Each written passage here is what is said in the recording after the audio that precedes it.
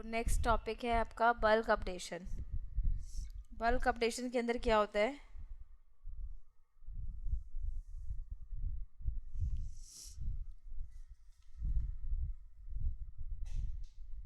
मैंने आपको स्टार्टिंग में बताया था बल्क अपडेशन का बेसिकली पर्पस क्या होता है। जब हमने आइटम्स क्रिएट करी, आइटम क्रिएट करते टाइम हमने कुछ प्राइजेस उसके अंदर अपडेट कर दिए कि इस आइटम का इतना प्राइस है, इतना परसेंट डिस्काउंट लगेगा, ये टैक्स कैटेगरी है।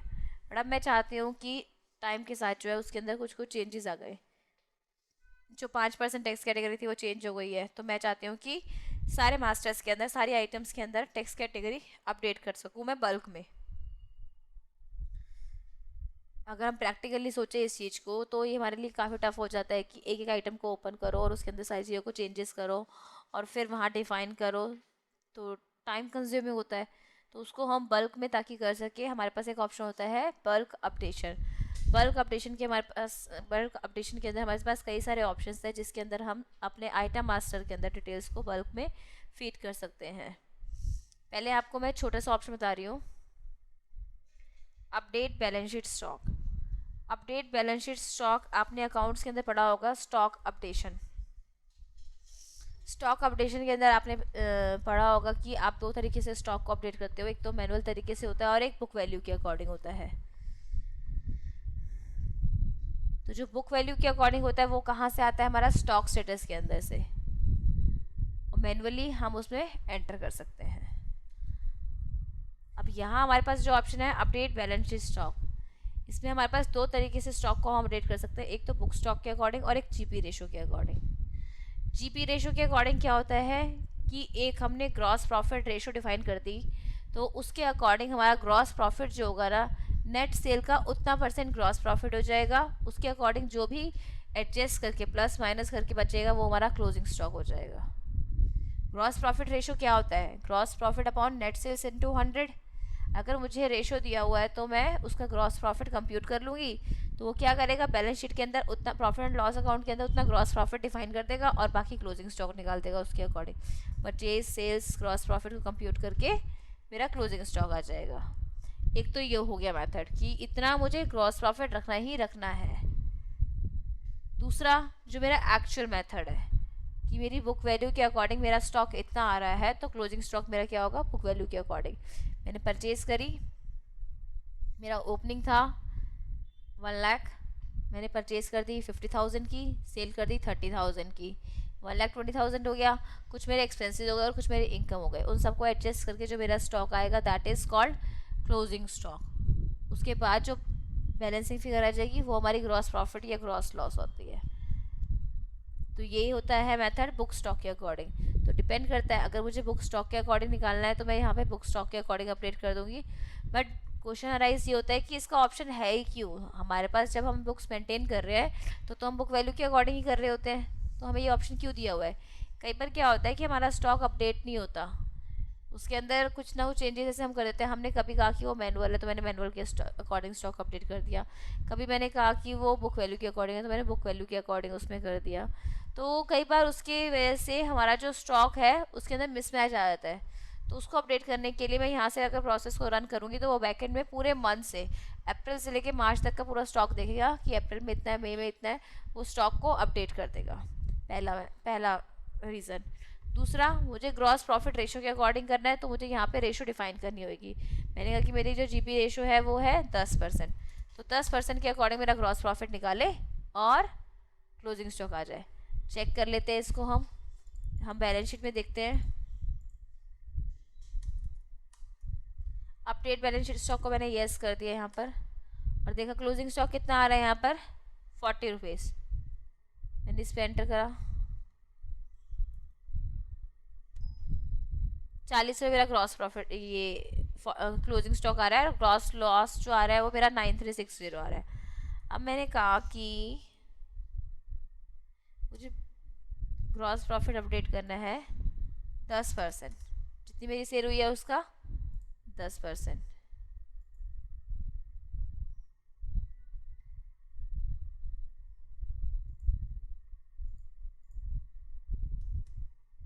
अब मुझे बुक स्टॉक के अकॉर्डिंग नहीं चाहिए तो update balance sheet stock no रहेगा।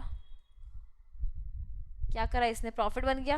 पहले क्या आ रहा था मेरा, लॉस आ था, मेरा प्रॉफिट बन गया। अब क्लोजिंग स्टॉक कितना आ गया, 9460, मेजर डिफरेंस आ गया ना। और ग्रॉस प्रॉफिट कितना बन गया मेरा, 60 रुपीज़। ये कैसे बन गया 60 रुपीज़, 600 का 10%। मेरी सेल कितनी है, 600 रुपीज़। ठीक है, तो 600 का 10% कितना हो गया, 60 rupees. That is my gross profit. तो मुझे अगर अपनी सेल की वैल्यू का प्रॉफिट निकालना है तो मुझे अपडेट बैलेंस शीट स्टॉक के अंदर जाकर ग्रॉस प्रॉफिट रेशो के अकॉर्डिंग करना होगा। और मैं चाहती हूँ बुक वैल्यू के अकॉर्डिंग आए, तो फिर बुक वैल्यू के अकॉर्डिंग हो जाए। ये था अपडेट बैलेंस शीट स्टॉक का कंसेप्ट। नेक्स्ट है मास्टर सिंक्रोनाइजेशन। अब ये मास्टर सिंक्रोनाइजेशन क्या होता है, आप लोगों ने कभी नोटिस किया है, अगर प्रैक्टिकली करके देखा हो तो। मैंने मास्टर बनाया 16-17 के अंदर, मैंने वहाँ उसका पार्टी का कॉन्टैक्ट नंबर या कोई भी मास्टर के अंदर जो डिटेल्स होती है ना, वो सारी मैंने फीड कर दी। अब मैंने फाइनेंशियल ईयर चेंज करा, जब मैंने फाइनेंशियल चेंज करा तो मेरी पार्टी ने मुझे कहा कि मेरा जो कॉन्टैक्ट नंबर है वो चेंज हो गया है, तो उसको आप अपने रिकॉर्ड्स के अंदर अपडेट कर लो। तो पहले मैं लास्ट ईयर के अंदर गई, मैंने लास्ट ईयर के अंदर जाकर जो है उसका कॉन्टैक्ट नंबर अपडेट कर दिया। फिर मैं अगर फाइनेंशियल ईयर चेंज करती हूँ तो वो डिटेल्स मेरी जैसी मैंने चेंजेस करे हैं वो अपडेट होनी चाहिए ना, बट वो नहीं होती है। रीज़न इज़ वॉट, कि जो मेरे मास्टर्स है वो ऑलरेडी मेरे कैरी फॉरवर्ड हो चुके हैं, तो उसके लिए मुझे एक प्रोसेस को फॉलो करना होता है। अगर मैंने एक बार फाइनेंशियल चेंज कर दिया और फाइनेंशियल चेंज करने के बाद मैं मास्टर्स के अंदर की इंफॉर्मेशन को चेंज करती हूँ, तो उसके लिए मुझे मास्टर सिंक्रोनाइजेशन की प्रोसेस को रन करना होता है, अदरवाइज वो डिटेल्स अपडेटेड नेक्स्ट ईयर के अंदर नहीं होती है। हम इसी पे जाते हैं, बिजी इन्फोटेक प्राइवेट लिमिटेड। मैंने यहाँ पे टिन नंबर डाल दिया 0712345678 9।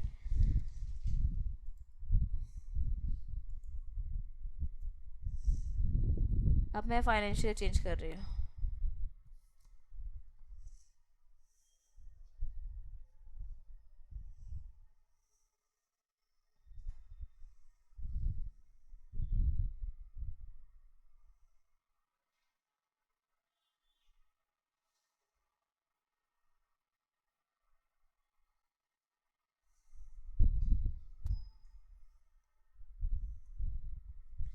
फाइनेंशियल चेंज हो गया, मास्टर्स में गए, डिटेल्स अपडेट हो गई मेरी, जो टिन नंबर मैंने वहाँ डाला था वही हो गया। अब मुझे पता लगा कि मेरा टिन नंबर मैंने गलत डाल दिया था, तो मैं लास्ट ईयर में गई,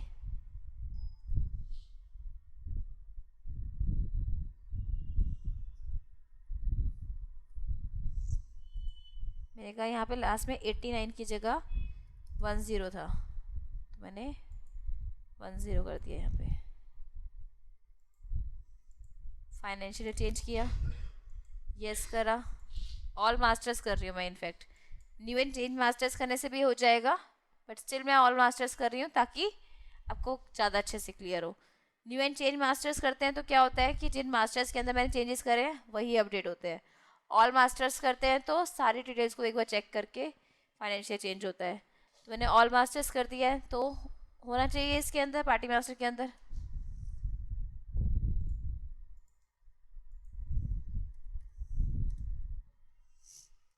कितना है, वही है 89। जो चेंजेस मैंने लास्ट ईयर में जाकर करे वो नहीं हुए, तो मुझे क्या करना होगा, उसके लिए वापस लास्ट ईयर में जाना है, बल्क अपडेशन में जाना है। यहाँ पे आपको दिखाई दे रहा है मास्टर सिंक्रोनाइजेशन। मैं ये आपको क्यों बता रही हूँ, इसका बेसिक यही कंसेप्ट होता है। कुछ कस्टमर्स की आपके पास कॉल आएगी कि मैम मैंने डिटेल्स जो है लास्ट ईयर के अंदर जाके चेंजेस कर दिए, मैंने अपने सारे अगर एक आध मास्टर की बात है तो कोई भी पर्सन मैनुअली भी कर लेगा, उसमें कोई बहुत बड़ी बात नहीं है। लेकिन एक पर्सन कह रहा है कि मैम मैंने जो है लास्ट ईयर के अंदर जाकर अपने सारे मास्टर्स के अंदर चेंजेस कर दिए, फिर भी जब फाइनेंशियल चेंज कर रहा हूँ तो उसकी डिटेल्स अपडेट नहीं हो रही है, तो क्या करवाएंगे हम लोग, मास्टर सिंक्रोनाइजेशन की प्रोसेस। मैंने लास्ट ईयर में गई, मास्टर सिंक्रोनाइजेशन पे जाएंगे, वो पूछेगा कि जो चेंजेस आपको अपडेट करने हैं किस में करने हैं। मास्टर्स तो मेरे सारे ही हो गए ना, अकाउंट्स भी, आइटम भी, मटेरियल सेंटर भी, बिल ऑफ मटेरियल भी, ये सारे मेरे क्या है, मास्टर्स ही है। तो मैंने कहा अकाउंट पे गई मैं, की फील्ड जो मैचिंग करेगा वो, मतलब कि बिजी इन्फोटेक को किससे मैच करेगा वो नेक्स्ट ईयर के अंदर, उसके नाम से ही। तो नाम से करवाना है या एलियास से करवाना है, मैंने कहा मुझे नाम से करवाना है। लोड मास्टर लिस्ट पे क्लिक किया, शो लिस्ट की, यहाँ से मैं सिर्फ एक ही पार्टी सिलेक्ट कर रही हूँ अभी, busy infotech private limited. Okay कर दिया। आप ऑल अकाउंट कर सकते हो। नेक्स्ट ईयर दे दिया यहाँ पे। यहाँ पे कौन सा फाइनेंशियल ईयर आएगा, जिस फाइनेंशियल ईयर के अंदर आपको चेंजेस को अपडेट करना है। 16-17 के अंदर चेंजेस करने के बाद 17-18 में चेंजेस कर रहे हैं ना, तो 17-18 आ जाएगा यहाँ पर। अभी यहाँ पे वो पूछ रहा है कि options to update masters, source और टारगेट के अंदर जो कॉमन है क्या वही चेंजेस करने हैं या न्यू मास्टर्स में। मैंने कहा जितने भी आपको न्यू मास्टर्स मिलते हैं या कॉमन मास्टर मिलते हैं सब में डिटेल्स अपडेट करनी है, और अपडेट मास्टर ग्रुप ओके किया। यहाँ पे ये बता रहा है कि एक बार ये प्रोसेस फॉलो होने के बाद रिवर्ट बैक नहीं हो सकती है। तो आप क्या बोलोगे कि जब भी कोई प्रोसेस फॉलो करोगे तो अपने कस्टमर्स को आप बोलोगे कि सर आप पहले बैकअप ले लीजिए, क्योंकि एक बार प्रोसेस फॉलो हो जाएगी तो वो चेंजेस रिवर्ट नहीं हो सकते। बैकअप ले लो। उसके बाद यहाँ पे येस प्रोसीड किया मैंने। येस करने के बाद ये उन मास्टर्स को लास्ट ईयर में देखेगा और नेक्स्ट ईयर में देखेगा, और फिर उसकी डिटेल्स को मैप करवा देगा दोनों से। क्विट किया। अब वापस मैं फाइनेंशियल चेंज कर रही हूँ दोबारा से। यहाँ मैं न्यू एंड चेंज मास्टर्स कर रही हूँ। ओके, अब मास्टर्स पे जाते हैं। बिजी इन्फोटेक प्राइवेट लिमिटेड हो गई डिटेल्स अपडेटेड। तो ये था कॉन्सेप्ट मास्टर सिंक्रोनाइजेशन का। मुझे अगर अपने मास्टर्स के अंदर कोई चीज़ें अपडेट करनी है तो उसके लिए मुझे क्या फॉलो करना पड़ेगा, master synchronisation.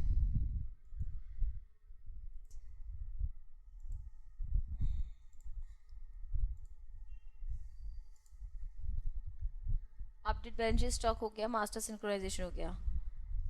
Master print name कोई मैं छोड़ रही हूँ। नेक्स्ट है मर्ज मास्टर्स। मर्ज मास्टर्स का बेसिकली क्या होता है, जैसे कि मेरे पास एक पार्टी थी ABC लिमिटेड। अब मैंने अपने अकाउंटेंट को बिठाया हुआ था कि इसके अंदर वाउचर डाल दो, तो उसने क्या करा, उसने देखा नहीं, ABC लिमिटेड में A.B.C करके उसने एक नई बना दी, A.B.C करके एक नई पार्टी बना दी। अब इससे मुझे प्रॉपर रिकॉर्ड नहीं पता लग पाएगा कि मेरे कितने आउटस्टैंडिंग है। तो प्रॉपर आउटस्टैंडिंग देखने के लिए मुझे क्या करना होगा, मुझे दोनों मास्टर्स की कंबाइंड रिपोर्ट देखनी होगी।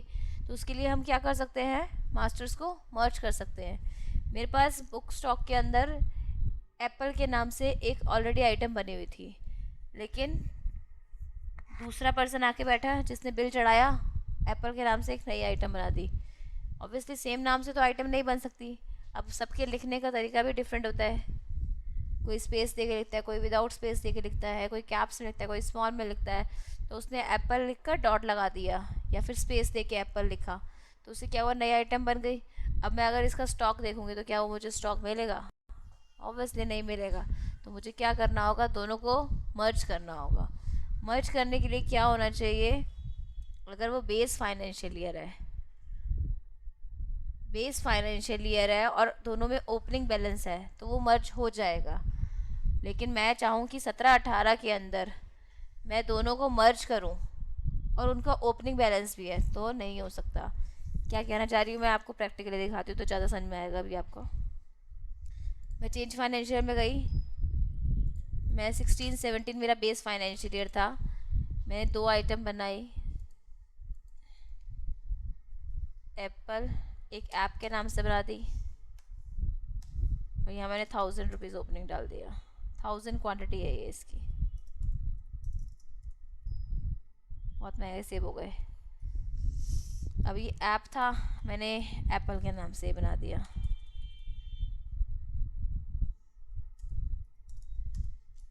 अब दोनों का ओपनिंग बैलेंस पड़ा हुआ है। मैं चाहती हूँ ये ऐप और एप्पल को मुझे मर्ज करना है।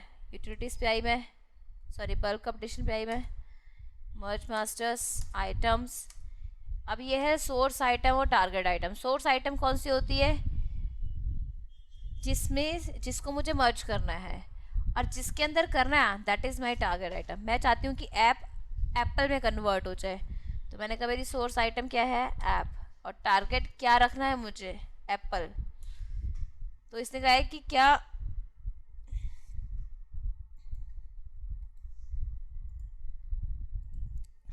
इसने कहा कि क्या मुझे सोर्स आइटम को डिलीट करना है मर्ज करने के बाद। ऑब्वियसली जब मेरा डेटा मर्ज हो जाएगा, ऐप की क्वांटिटी एप्पल के अंदर आ जाएगी, तो क्या मुझे ऐप को रखने की नीड है। मैंने कहा नहीं, मुझे डिलीट करनी है। जब मर्जिंग हो जाएगी तो मुझे ऐप का डेटा डिलीट करना है। ओके किया, स्टार्ट मर्जिंग डेटा।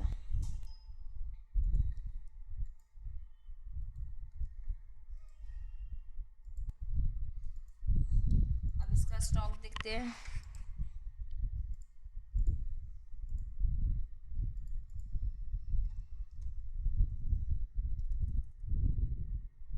एप्पल की क्वांटिटी कितनी हो गई, 15। इसमें ऐप की भी आइटम्स मर्ज हो गई। अब मैं यहाँ पे देखती हूँ मेरी जो आइटम है,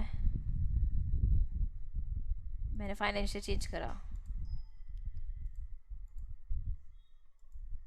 मेरा बेस फाइनेंशियल 16-17 था, अब मैंने फाइनेंशियल चेंज करके 17-18 में आ गई हूँ।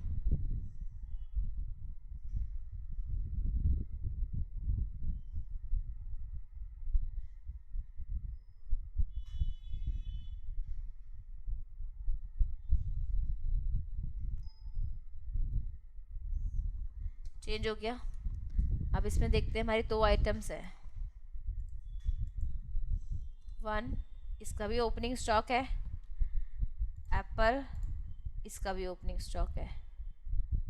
पहले भी ओपनिंग स्टॉक था जो मेरी 2 आइटम्स थी। अब मैं इसे मर्ज करती हूँ। मैंने कहा सोर्स मेरी 1 है और मुझे टारगेट एप्पल ही रखनी है और डिलीट भी करना है। नहीं हुआ, क्यों? क्योंकि जिससे मैं मर्ज कर रही हूँ उसका ओपनिंग स्टॉक ऑलरेडी है, और आपको पता है कि जो ओपनिंग बैलेंस में चेंजेस हो सकते हैं वो कब होते हैं, ओपनिंग बैलेंस के अंदर changes only in the beginning of the financial year. Financial year की बिगनिंग में ही तो हम चेंज कर सकते हैं। तो जो स्टार्टिंग फाइनेंशियल ईयर होगा उसमें तो मर्ज हो जाएगी आइटम, भले ही उसका ओपनिंग बैलेंस हो। लेकिन अगर आइटम्स का ओपनिंग बैलेंस है in the next financial year तो वो मर्ज भी नहीं हो सकती। ये था हमारा मर्ज मास्टर। उसके बाद आता है ये delete unused masters. Delete unused masters का मतलब क्या है कि हम ट्रांजेक्शन्स कर रहे हैं, ट्रांजेक्शन्स करते करते कुछ ऐसे हमारे आइटम्स है, कुछ हमारे अकाउंट्स है, मटेरियल सेंटर्स है जिनका कोई यूज़ आज तक नहीं हुआ। तो मुझे क्या करना है, अननेसेसरी वो मेरे डेटाबेस को बढ़ा रहे हैं, अपने डेटाबेस से उसको हटाने के लिए मैं उनको डिलीट कर सकती हूँ। That is called delete unused masters. ये 4 ऑप्शंस है जो हमारी आइटम से कंप्लीटली कोरिलेट करते हैं। Update item text category, update item critical level, update item price or discount, and the last one is item discount structure। Text category का मतलब क्या होता है, फॉर एग्जांपल मेरी ये आइटम है 1, इसमें मैंने क्या टेक्स्ट कैटेगरी डिफाइन कर रखी है, नहीं कर रखी। एप्पल में कर रखी है, नहीं कर रखी। ऐसे ही मैंने सारी आइटम्स बना दी बट उसके अंदर टेक्स्ट कैटेगरी डिफाइन नहीं करी। अब मैं चाहती हूँ कि बल्क में अपडेट हो जाए। मैं अपडेट आइटम टेक्स्ट कैटेगरी पे गई, ऑल आइटम करना हो तो all item, group of item करना हो तो group of item. For example हमारी इलेक्ट्रॉनिक्स की गुड्स है, स्टेशनरी है, फूड आइटम्स है, ग्रॉसरीज है, तो उन सब पे जो टैक्स कैटेगरी होती है डिफरेंट डिफरेंट होएगी। किसी में 12% लग रहा है, किसी में 12.5%, किसी में 1%। तो मैं ग्रुप वाइज भी अपडेट कर सकती हूँ। प्रेजेंटली मेरे पास स्टॉक सिर्फ 2 ही आइटम्स है, मैंने ऑल आइटम्स करा और दोनों में टैक्स कैटेगरी 5% अपडेट कर दी। अभी पूछ रहे हैं कि क्या आपको ये प्रोसेस स्टार्ट करनी है। I said yes. ओके, मेरी दोनों आइटम्स के अंदर टेक्स्ट कैटेगरी नहीं थी, अब इसके अंदर टेक्स्ट कैटेगरी अपडेट हो गई। तो मुझे बल्क में कुछ भी अपडेट करना हो तो मैं ये प्रोसेस फॉलो कर सकती हूँ।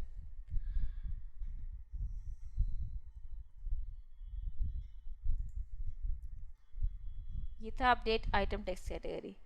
नेक्स्ट है क्रिटिकल लेवल। इसके अंदर भी यही है कि मुझे आइटम मास्टर्स के अंदर क्रिटिकल लेवल अपडेट करना है तो मैं कर सकती हूँ। जैसे मैंने कहा कि सारी आइटम्स के लिए कंजप्शन चेक करेंगे ऑल मटेरियल सेंटर के अंदर, number of days to be picked as specified below, और यहाँ पे जो मैंने डिफाइन किया हुआ होगा उसके अकॉर्डिंग वो जो है क्रिटिकल लेवल को अपडेट कर देगा आइटम मास्टर्स के अंदर। आइटम प्राइस और डिस्काउंट,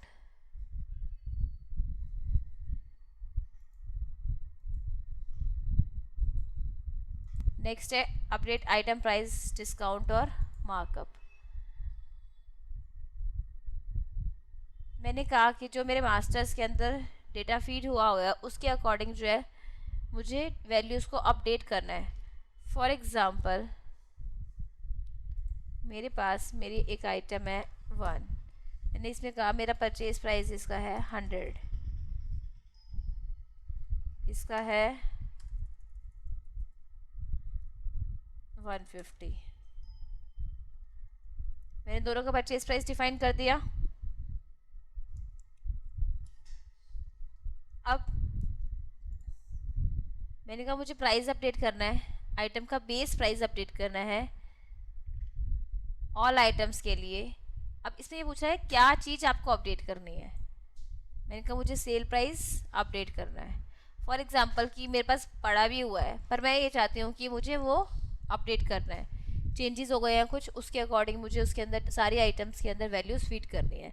तो मैंने कहा मुझे सेल प्राइस को अपडेट करना है, किस बेसिस पे, एडिशन पे, सब्ट्रैक्शन पे या इक्वल्स, जो मुझे वैल्यू निकालनी है वो मुझे दूसरी आइटम्स के अंदर ऐड करना है, सब्ट्रैक्ट करना है या उसके इक्वल रखना है। मैंने कहा मुझे ऐड करना है परसेंटेज बेसिस पे, तो परसेंटेज मैंने डिफाइन कर दी, लेट्स से 10%। अब with respect to what, sale price जो मेरे को अपडेट करनी है किसके रिस्पेक्ट में, मैंने कहा जो भी मेरा परचेज प्राइस है उसमें 10% वैल्यू ऐड होकर मेरा क्या बन जाए, सेल्स प्राइस। 10% है तो यहाँ परसेंट पे क्लिक कर देंगे, इंक्लूसिव है तो इंक्लूसिव पे क्लिक कर देंगे, एब्सोल्यूट है तो एब्सोल्यूट पे। मैंने ओके कर दिया, यस। ये आप करके देखिएगा कि एब्सोल्यूट में क्या होता है और इंक्लूसिव में कैसे कैलकुलेशन करता है वो। यहाँ 100 रुपीज़ मैंने प्राइस डाला था, 100 का 10% निकाला उसने 10 रुपीज़ और उसने सेल प्राइस बना दिया 110 रुपीज़। तो ये किस लिए होता है, ताकि ऑटोमेटिकली डेटा फीड हो जाए मेरे मास्टर्स के अंदर। अब मैं यहाँ जैसे मैंने आइटम प्राइस कर दिया, ऐसे ही मैं चाहती हूँ डिस्काउंट भी मुझे करना है तो मैं डिस्काउंट पे क्लिक कर दूँगी।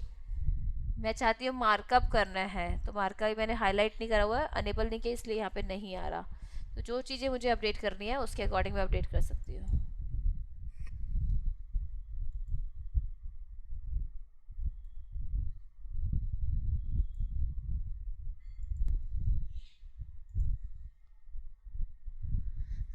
नेक्स्ट है अपडेट आइटम डिस्काउंट स्ट्रक्चर।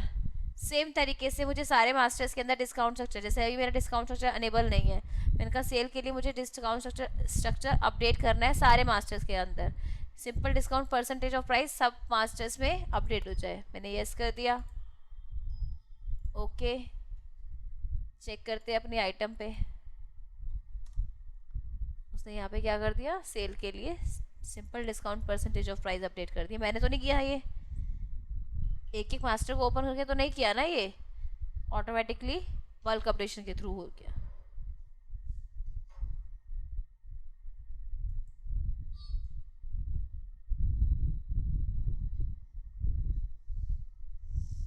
ये है multiple account creation, multiple item creation और multiple text category creation modification. इसका पर्पस क्या होता है, जब हमें किसी एक्सेल की शीट से डेटा को इंपोर्ट करना होता है तो that become too much complex, तो उस कॉम्प्लेक्सिटी को रोकने के लिए हमने एक ऑप्शन दे दिया कि हम एक्सेल की शीट से या किसी भी शीट से जो है कॉपी करके डायरेक्ट यहाँ पेस्ट कर सकते हैं।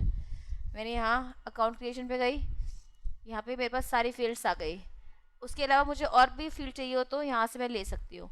मैंने कहा मुझे नए मास्टर्स को ऐड करना है या फिर पुराने को ही मॉडिफाई करना है, मैंने कहा मुझे नया मास्टर अपडेट करना है, सिलेक्ट फील्ड, मैंने यहाँ पे name, alias, group, opening balance already आ रहा है, तो मैंने कहा मुझे इसके साथ ना यहाँ पे टेलीफोन नंबर भी लेना है, मैंने उसको भी शिफ्ट किया और यहाँ पे क्लिक कर दिया, मेरे पास ये अपडेट हो गई। मैंने कहा मुझे इसके साथ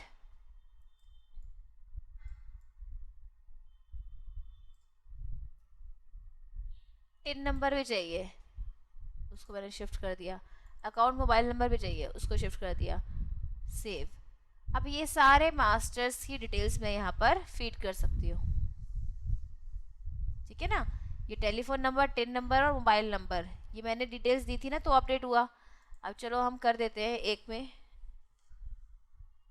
मैंने कहा कि अकाउंट मास्टर है ना, I said mister Ram Ilyas 123।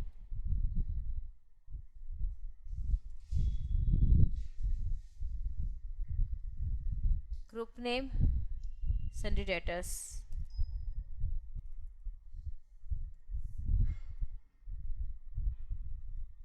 Opening balance 50,000। Telephone number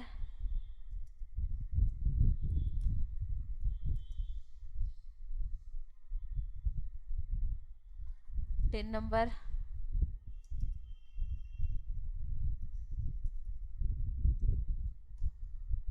mobile number, सारी डिटेल्स अपडेट कर दी मैंने। अब इसका बेनिफिट क्या होता है, अब एक एक मास्टर्स को क्रिएट करना जो होता है टाइम कंज्यूमिंग होता है। मेरे पास एक्सेल की शीट है, मैं चाहती हूँ कि डायरेक्टली कॉपी पेस्ट कर दूँ, तो मैं यहाँ पे कॉपी पेस्ट कर सकती हूँ, या फिर कोई वैल्यू फीड करनी है तो मैं यहाँ पे वो कर सकती हूँ। सेव किया, यस। अब यहाँ पे ये था कि मैंने ओपनिंग बैलेंस डाल दिया, लेकिन ये जो फाइनेंशियल है 17-18 है, तो बिगनिंग फाइनेंशियल में नहीं आ सकता ना, तो मैंने कहा ओके, और यहाँ पे मैंने इसको हटा दिया,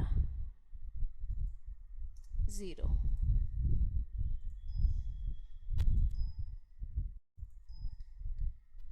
ये फील्ड मुझे हटानी पड़ेगी।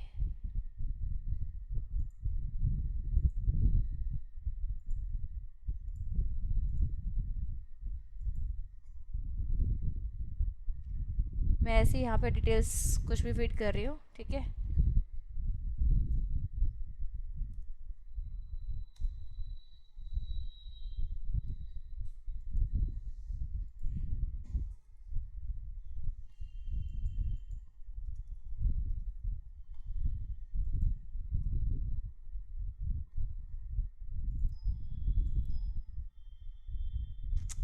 प्रीवियस ईयर बैलेंस भी नहीं आएगा। तो बेसिकली हमें ये ध्यान रखना है कि जो fields in the beginning of financial year में नहीं आ सकती ना, वो नहीं आएगा। इसको भी हटा देते हैं। सिलेक्ट फील्ड पे गए, प्रीवियस ईयर बैलेंस, नेम आ जाएगा, इलियास आ जाएगा, ग्रुप आ जाएगा, टेलीफोन नंबर आ जाएगा, ये डिटेल्स आ जाएगी इसके अंदर। मैंने कहा मॉडिफाई कर रही हूँ मैं। Name, load masters, show list, सिर्फ एक ही पार्टी को करते हैं, प्रेजेंट प्रोडक्ट, ये डिटेल्स आ गई मेरे पास। अब मैंने कहा कि मुझे इसका अपडेट करना है 27371780। कहाँ का नंबर है ये, R&D डिपार्टमेंट का मोबाइल नंबर। तो ये मुझे मास्टर ओपन नहीं करना पड़ा, और मैंने यहीं से डिटेल्स अपडेट कर दी। हो गया, मास्टर हैज़ बिन मॉडिफाइड। ध्यान रखना है कि ओपनिंग बैलेंस और प्रीवियस ईयर बैलेंस जो होते हैं वो बिगनिंग फाइनेंशियल में चेंज कर सकते हैं, उसको हम स्टार्टिंग में चेंज नहीं कर सकते। सेम चीज़ अकाउंट मल्टीपल आइटम क्रिएशन के लिए है। यहाँ से हम कोई रो को ऐड कर सकते हैं, बीच में डिलीट कर सकते हैं। डिफ़ॉल्ट वैल्यू मुझे डिफाइन करनी है तो मैं यहाँ से कर सकती हूँ। प्रैक्टिकली करके देखना है इसको। ऐसी टेक्स्ट कैटेगरी को चेंजेस करने हैं मुझे सबके, तो मैं यहाँ से डिफाइन कर सकती हूँ टेक्स्ट कैटेगरी के अंदर।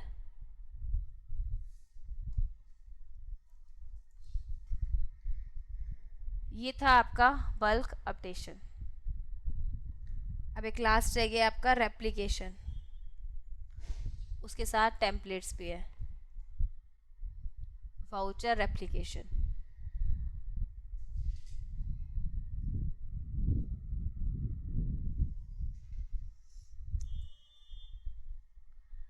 वाउचर रेप्लिकेशन पे हम आते हैं।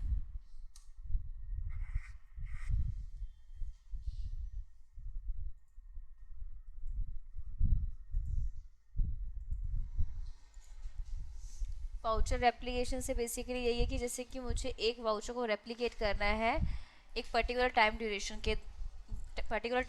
के अंदर, तो उस फीचर को हम यहाँ पे यूज़ कर सकते हैं। जैसे मैं ये चाहती हूँ कि एक वाउचर है, मैंने वो बना दिया, अब वो अलग अलग अकाउंट्स के लिए रेगुलर रेप्लिकेट हो जाए, तो मुझे वो वाउचर बार बार रिपीट ना करना पड़े। मैं उसी वाउचर को मैंने एक टेम्पलेट बना दिया कि इस तरीके का एक वाउचर बनाना है, बट उसके अंदर क्या करना है, अकाउंट्स चेंज करते जाओ। जो नए नए वाउचर्स क्रिएट होंगे उसके अंदर अकाउंट्स डिफरेंट क्रिएट हो जाए। फॉर एग्जांपल मैंने एक एंट्री करी है,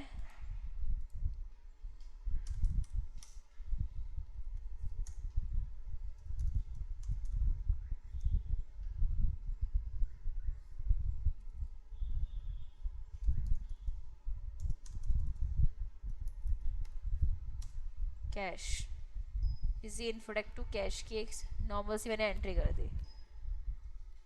अब मैंने यहाँ पे अकाउंट्स भी क्रिएट कर दिए, 1,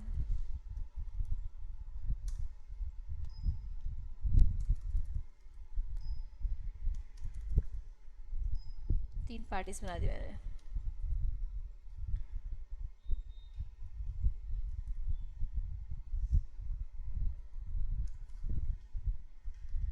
single voucher for different accounts, यही वाउचर रिपीट करना है अलग अकाउंट्स के लिए। मैंने कहा कि जर्नल का वाउचर है, कोई टेम्पलेट नहीं बना हुआ तो टेम्पलेट क्रिएट करना है मुझे। टेम्पलेट क्रिएट करने के लिए यहाँ से भी हमसे वो पूछ लेगा कि टेम्पलेट, न्यू टेम्पलेट पे क्लिक करके, अदरवाइज हमें जाकर एडमिनिस्ट्रेशन के अंदर जाकर सेट वाउचर एज टेम्पलेट पे जाना होगा। मैंने कहा जर्नल शो वाउचर लिस्ट, यहाँ पे लिस्ट दिखा दी, ओके। इसका नाम 1 2 3 डिफाइन कर दिया, मेरा ये टेम्पलेट बन गया। अब वाउचर एप्लीकेशन के अंदर जाकर जर्नल पे गई मैंने टेम्पलेट बना दिया।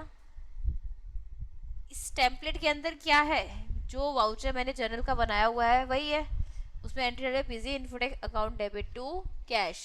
अब इसमें मैंने कहा कि इसी तरीके की एक एंट्री हो जाए बट अलग अकाउंट्स के लिए। इसने कहा है कि ये बिजी इन्फोटेक और कैश है, तो कौन सा अकाउंट चेंज करना है, कैश तो पे कर ही रहे हैं हम, मैंने कहा बिजी इन्फोटेक को चेंज करना है। तो ये accounts, select account for which vouchers are to be generated, जिस चीज़ के लिए मुझे वाउचर जनरेट करने हैं। शो लिस्ट, मैंने कहा 1 2 और 3, इन 3 के लिए वाउचर जनरेट करने हैं। मैंने सिलेक्ट कर दिया, एक एक कॉपी बनानी है, रेप्लिकेट पे क्लिक करा, 3 वाउचर्स बन गए। अब अगर मैं जर्नल की लिस्ट में देखती हूँ तो एक सेम डे में 3 मेरे वाउचर्स बन गए। उसने मेरा कौन सा अकाउंट मॉडिफाई कर दिया, बिजी इन्फोटेक प्राइवेट लिमिटेड। क्या बेनिफिट हुआ कि अगर मैं किसी पार्टी को अगर सैलरी पे कर रही हूँ, salary account debit to party कर रही हूँ अगर मैं, या कोई भी मैं एक एंट्री पास कर रही हूँ, तो उसके लिए क्या होगा, मैंने एक वाउचर बना दिया, सेम उसी तरीके से मेरे 36 एम्प्लॉयज़ है, तो उन 36 एम्प्लॉयज़ के लिए 1 गो में एंट्री पास हो जाएगी, मुझे 1 बाय 1 क्लिक नहीं करना पड़ेगा। This is called the concept of replicating voucher for different account.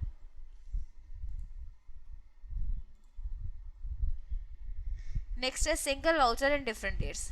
अब ये जो सैलरी का है, मैंने कहा कि या फिर कोई एक एक्सपेंसेस होते हैं जो कि हर मंथ में होते ही होते हैं, miscellaneous expenses account debit to cash, जो मेरे हर महीने में होते हैं। तो मैंने कहा कि ये मुझे हर महीने वाला जो है ना, हर महीने में ऑटोमेटिकली एक एंट्री पास हो जाए एक पर्टिकुलर इस डेट पर, तो वो डिफाइन कर सकते हैं। ऐसे मैंने कहा वाउचर टाइप,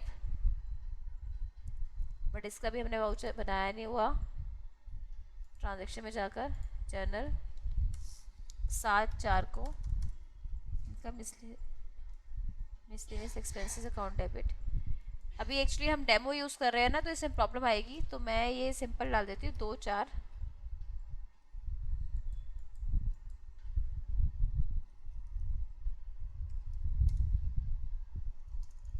1000 टू कैश। अब मैंने कहा यही वाउचर जो है मेरे को हर महीने डलना ही डलना है।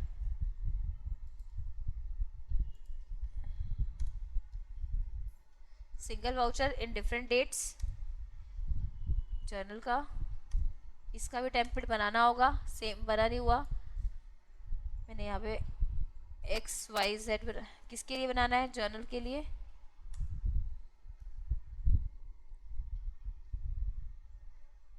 Show voucher list, miscellaneous expenses, okay.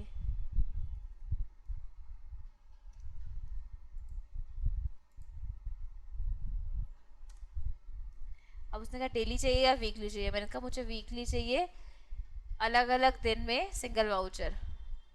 कौन सा वाला? स्टार्टिंग डेट 1 अप्रैल और एंडिंग डेट 30 अप्रैल। 1 तारीख से लेके 30 तारीख तक जो है ये वाउचर डलता जाए। डे किस दिन डालना है मुझे? वो ट्यूसडे को।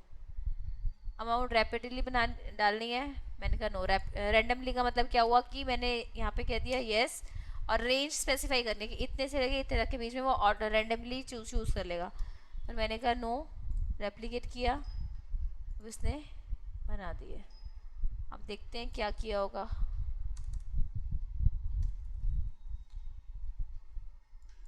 एक 2 तारीख को बन गया था, ठीक है, 4, 11, 18, 25। ऑटोमेटिकली उसने क्या करा, 7 डेज की गैप में बना दिया। वीकली बेसिस पे उसने अपने आप वही वाउचर रिपीट कर दिया। अगर वो मेरे एक्सपेंसेस वीकली बेसिस पे है तो वीकली हो जाएंगे, फोर्टनाइट पे होंगे तो फोर्टनाइट पे, मंथली होगा तो मंथली, ईयरली हो तो ईयरली, वाउचर अपने आप रेप्लिकेट हो जाएगा।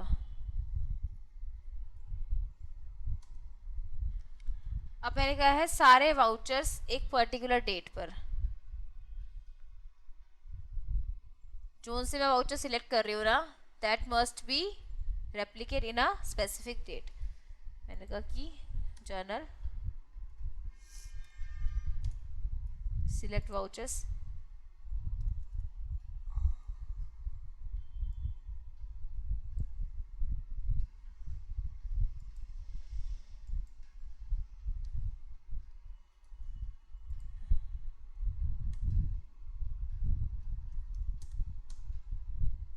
सारे वाउचर्स आए,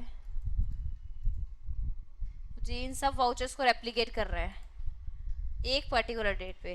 मैंने कहा मुझे करना है 26 अप्रैल। 1 तारीख के जितने भी वाउचर्स है ना, जो मैंने वाउचर सिलेक्ट करने हैं, मतलब मैंने इसमें क्या करा कि एक पर्टिकुलर डेट पे कुछ सिलेक्टेड वाउचर्स है, मैं ये चाहती हूँ कि ये जैसे भी कुछ मेरा एक्सपेंसेस का है, कोई मेरा सैलरी का है या पेमेंट की है, तो मैंने कहा ये सारे वाउचर्स मुझे एक पर्टिकुलर डेट पे अपने आप ही वो रिपीट हो जाए। तो मैंने कहा 26 तारीख को वो रिपीट हो जाए, तो वो रेप्लिकेशन हो गई। अगर मैं 26 तारीख का वाउचर देखती हूँ,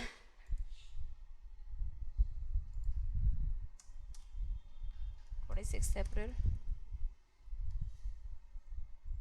सारे vouchers in a particular date, तो 26 तारीख को वो सारे के सारे वाउचर्स रेप्लिकेट हो गए।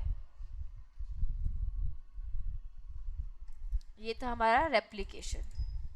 रेप्लिकेशन के साथ ही आपको टेम्पलेट टैग करना आ गया।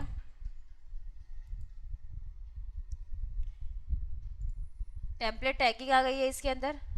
अब voucher template tagging, voucher template tagging के अंदर क्या होता है, बेसिकली मैंने क्या कहा, मैंने कहा मैं एक वाउचर ओपन करूं, जैसे मैं पार्टी एबीसी लूं या पार्टी बिजी इन्फोटेक लूं, तो जो मैंने एग्जिस्टिंग वाउचर बनाया हुआ है ना, उसका हेडर आ जाए या उसकी आइटम एंट्रीज आ जाए, एज इट इज़ आ जाए। एक स्ट्रक्चर सा तैयार कर देते हैं ना हम, कि जब मैं सेल करूं तो सिर्फ और सिर्फ मुझे क्वांटिटी डालनी हो, यूनिट डालनी हो, प्राइस और अमाउंट, बाकी ऊपर हेडर और फुटर जो पहले था वही आ जाए। फॉर एग्जाम्पल मैंने एक सेल का वाउचर बनाया, आप देखते जाओ, मैंने यहाँ पे सी फॉर्म लिया है, पार्टी 1 ली है, आइटम एप्पल ली, 1 पीस 100 रुपीज़, 1000 रुपीज़, और यहाँ पे मैंने सी फॉर्म लगा दिया। मैंने पार्टी 1 ली थी। अब मैं ये चाहती हूँ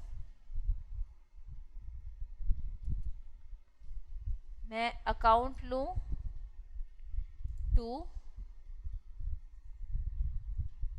सेल का वाउचर, टेम्पलेट मैंने नहीं बनाया हुआ, तो मैंने कहा मैं न्यू टेम्पलेट बना रही हूँ। सेल के लिए लिस्ट शो करनी है, सेल में मैंने एक ही बनाया अभी, ओके किया, 1 डाल दिया यहाँ पर, ओके कर दिया।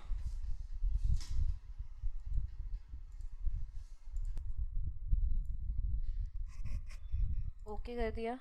अब यहाँ पे ये कह रहा है कि जब आप नया वाउचर बनाओ तो आपको जो एग्जिस्टिंग वाउचर है उसकी क्या क्या चीज़ें चाहिए, हेडर एंट्रीज, विसनरी एंट्रीज या आइटम एंट्रीज। मैंने मैंने कहा मुझे हेडर चाहिए और बिल सन्ड्री चाहिए, आइटम एंट्रीज नहीं चाहिए।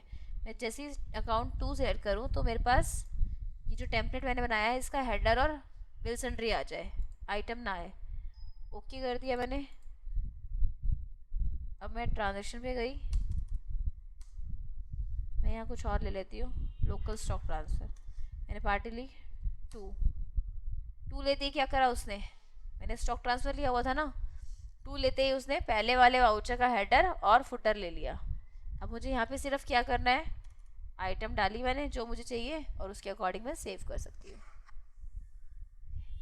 इसका पर्पस क्या होता है कि जब भी हम सेल कर रहे हैं या परचेज कर रहे हैं तो मुझे पता लग जाए कि मैंने क्या टैग करा हुआ है, कौन सी पार्टी है, तो सिर्फ और सिर्फ मुझे आइटम डालनी है और मैं इजीली वाउचर बना सकूं। एक स्ट्रक्चर तैयार कर दिया, क्योंकि मेरा टैगिंग जो है पार्टी से, जब मैं ए पार्टी लूँ तो मुझे बताओ कि मेरी सेल टाइप यही होनी है और बिल सन्ड्री यही होनी है, तो मेरा टाइम हेडर और फुटर को कॉन्फ़िगर करने में ना लगे, सिर्फ और सिर्फ डेटा फीड किया और वाउचर जनरेट करने में लगे। तो ये था आपका टेम्पलेट टैगिंग का कॉन्सेप्ट।